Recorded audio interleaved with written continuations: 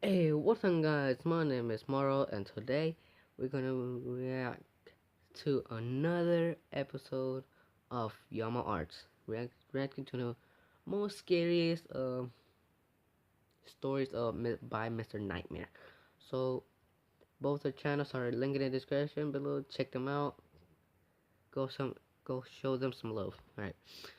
So first off, we got like 3 videos here, just like I did last time. So the first one is called Babysitting Stories Animated. The other one is Night Shift Stories Animated. And the last one is a Christmas Eve story. Which soon it will be Christmas. That's why the Christmas will be last. Alright? So first one you're gonna watch Babysitting Stories Animated. By name the kid is Matthew. It was during a blizzard in Valley Stream. I was getting paid $250. There we go. We're gonna watch this now. It was during a blizzard in Valley Stream. I was getting paid $250 to watch some couple's kid while they went away for the weekend. His name was Matthew. This took place on the first night, which was a Friday night. Matthew was already supposedly asleep while I was in the living room watching a movie. Okay. I got a knock at the door and looked at the clock. It was close to midnight. Also, I'm gonna keep it clean this time, right? I forgot to mention that. I'm gonna keep everything clean. If I hear some cursing, I'm gonna bleep that out, okay? So I'm trying to keep it clean. I'm gonna try to make 3 clean videos this week or some other weeks. Well, the other videos, obviously, the three other videos. This is the first one, then the other 2 ones. I'm gonna try to make 3 clean videos, okay? No way I was opening it. Here we go. Not even 10 seconds later, I heard the sound of 2 or 3 men angrily banging on the door, telling me to open up. I felt like my heart was about to stop. Okay, but why would it be people at some random house? I took a peek through the blinds, Okay. and there was somebody standing right on the other side of the window. Shit. I fell back in fear, and after managing to get back on my feet, I ran to the kitchen phone first thing to call the police. They said Where's because the of numbers? the weather, it could take a while for an officer to get here. I was told to take the child and hide somewhere until an officer arrived. Okay. They wanted to keep me on the line, but I wasn't thinking clearly in the heat of the moment and hung up. However, it wasn't until I ran through the living room that I realized the banging had stopped. I took a second peek through the living room window. Nobody was there now. Shit. I heard the sound of glass shattering from a few rooms over. My knees started to feel weak as I realized they had just broken the window and were about to climb into the house. I had to run and get Matthew. I couldn't just leave without him. Of course, when I got upstairs, there was no time left to run back downstairs, as I already heard footsteps and laughter coming from downstairs. I covered Matthew's mouth with my hand as I ran with him into his toy closet. A few minutes dragged on to what felt like half an hour as we sat there in the dark closet. Matthew began to squeal as footsteps on the carpet reached the outside of his bedroom door. There was more than one person. They came inside. There weren't many places to hide in this room. I was actually reflecting on my whole life, so sure I was gonna die. We heard the sound of a police siren outside, even from in the closet. And then I heard one of the men in the room mutter, "Oh shit." Oh. I opened the door back up as I heard at least 3 pairs of footsteps hurriedly rushing down the stairs. They didn't get far, as the police later found their footprints in the backyard, leading to our shed. There were 5 men in total, and they were all arrested. Some ugly ass. Alright. Next video. Alright guys. This video is called Night Shift Stories Animated. I'm not sure about this one, but I'll probably get LP verse 7-11. It was 2 years ago. I was called in to do the night shift. Now you're going. It was 2 years ago. I was called in to do the night shift, 10 p.m. to 4 a.m. at 7-Eleven, since somebody called out. The store was located on a busy road in a rather quiet and rural area. During the night shift, you could expect anywhere from 10 to 20 people come in to buy a beer or something else. This one particular night, there was this one guy, mid-20s, that came in. He started making weird noises, like loud yelling noises. I assumed he had some kind of mental disability. In fact, my brother has a mental disability, so I immediately felt sympathy for the guy. He walked up to the counter without any items, with his head facing me, but his eyes were looking up at the ceiling. I felt uncomfortable.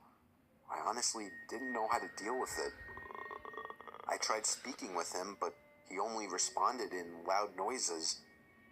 I kept checking if he was with someone outside, but he was alone. There weren't any Okay, that's obviously like my little brother.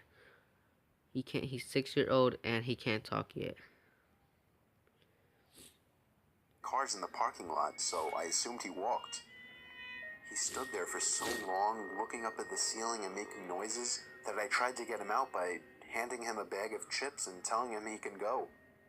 For I free? tried finding some kind of number to call for someone to help him. Then, out of nowhere, he finally turned around and walked out of the store.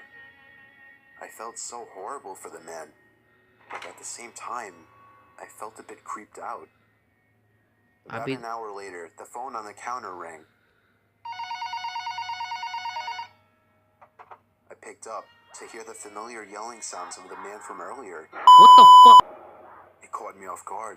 I didn't know what to think, other than this has to be some kind of prank. I hung up on them and was now becoming paranoid of my surroundings, constantly checking the outside through the windows. Come 4 o'clock, the person working after me came in, finally allowing for me to go home. It wasn't my problem anymore. I got home and threw all my stuff on the table, ready to get to sleep. But my phone rang within a minute after entering the door. I felt a chill run down my spine. Why would someone be calling at 4 a.m.? I could only imagine it was bad news. I braced myself and picked up the phone to hear the man again. I felt sick to my stomach as I listened to the loud noises he made. I struggled to slam the phone to the receiver. All night, I felt like I was being watched, even with all the blinds shut. And I could swear I heard strange noises coming from all over my house. I refused to get any sleep until the sun came up. Weeks passed, and I had forgotten about the incident, until one day, when going into the basement for the first time in a while, I found that papers had been scattered all over the floor. And when I went into the basement closet, I found writing on the walls. 7-Eleven had been written in Sharpie on the wall, along with the address to the 7-Eleven I worked at and my house address. The most disturbing part, I also found various kitchen knives, along with a large pocket knife sitting in the closet. What started out as seemingly just an innocent person turning into something of a prank ultimately turned into something much more horrifying. He had been living down there for God knows how long, and I'm just grateful that, for whatever reason, he changed his mind and left, because I haven't seen or heard from him since. All I can say is that man is dangerously ill. Dang. That is so horrible. Next video. Alright guys. This is called A Christmas Eve Horror Story Animated. Now of course it's an animated guy, person, girl, whatever. Since it's almost Christmas, I picked this one. Okay? And then I don't know what I'm gonna do on my... Well, I definitely don't care, but let's get right into it. I don't care. I'm wasting my goddamn time. Dude. Okay, let's go. A Christmas Eve story. Horror story, actually. Okay. I can imagine it's gonna be horrible.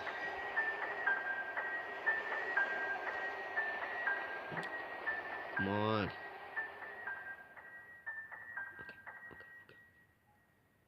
Last year on Christmas Eve, I was working late. I'm 23. I work in New York City and commute home every day on the train. Since I'm one of the younger ones in the office, I got stuck with one of the worst shifts, so I wasn't able to get home until 5 o'clock. Damn. My family had already left a whole hour earlier to go to my cousin's house, so I had to drive alone. After having a quick snack before the half-hour drive, I got back in my car and put my cousin's address into my phone. Halfway through the drive, it started snowing. I got to my cousin's house around 6 o'clock. It was snowing heavily by this point, and I just made it in time to catch everyone starting dinner. Alright. I brought all of my gifts inside and cheerfully said hey to everyone. I stayed until around 11 o'clock. The rest of my family left a little sooner. I stayed an extra half hour or so just to hang out before leaving myself. By the time I was leaving, the ground had accumulated at least 2 feet of snow, and it wasn't even done snowing. Okay. The drive home was nightmarish. The roads were hardly even plowed, and I had to drive under 20 miles per hour on most roads. The roads were completely dead at this point though, most likely because everyone was smart enough to go home before the snow accumulated. Eventually I turned onto a main road that I'm sure would usually be bustling, but at 11:15 on Christmas Eve night, there wasn't a single car or a single light from a store. It was a ghost town. But then I did notice the flashing taillights of one car. It was parked on the side of the road, and the smoke seeping out from its exhaust with the taillights giving it a red tint. As I got closer, I realized there was somebody next to the car waving their hand in the air. I assumed something was wrong and they needed help. So, me being the good Samaritan I am, I pulled up behind the car. When I opened my door, the guy approached me immediately, barely even giving me time to step out. He was an average-sized man, probably 5'10", 180 pounds. He spoke in a very demanding voice, asking me if I know anything about fixing an engine. I told him I didn't know much about cars. The guy responded very quickly to everything I said. He told me it's fine. He went inside of his car for a second, popped open his trunk, came back out, and told me to just wait by the trunk for a second. No. I had no idea what he wanted me to do. I was really confused. He walked over to the front of his car, and I heard him open the hood. I couldn't see anything he was doing since the trunk was blocking my view, and the loud wind of the snowstorm overpowered any small noises he might have been making. I put my hand on the back of the car and leaned my body in anticipation, when suddenly I heard 3 or 4 quick and aggressive footsteps in the snow behind me before I was pushed into the trunk. Dang. The man tried to close the trunk on me, but I kicked my feet up in resistance and held it up. I was able to overpower him and kick the trunk open completely. As I took advantage of the few seconds I had to get out of the trunk, I took out my keys. He tried to grab me now, and I dug my house key right into his neck. Damn. He fell to his knees, and his scream echoed down the deserted street. I was in my car and halfway down the road before he could even get up from his knees. A little further down, I called 911 and reported the guy. I came back in 10 minutes to find blue and red lights illuminating the windows of the deserted stores. The police held him until the ambulance arrived for him. I watched the whole thing, and nothing ever felt better in my life. I got home safely half an hour later and told my family everything. I was still very shaken that Christmas, and this remains possibly the most horrific thing I've ever experienced. That's why you never drive alone. Alright. I think that is it for today. Either way.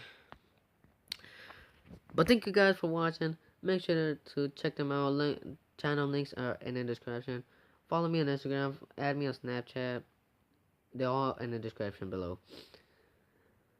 So, okay. So I might see you guys tomorrow. I don't know really yet, but probably the last guest will be out soon. The last guest for the Great War. So I'm gonna see you guys soon. Peace.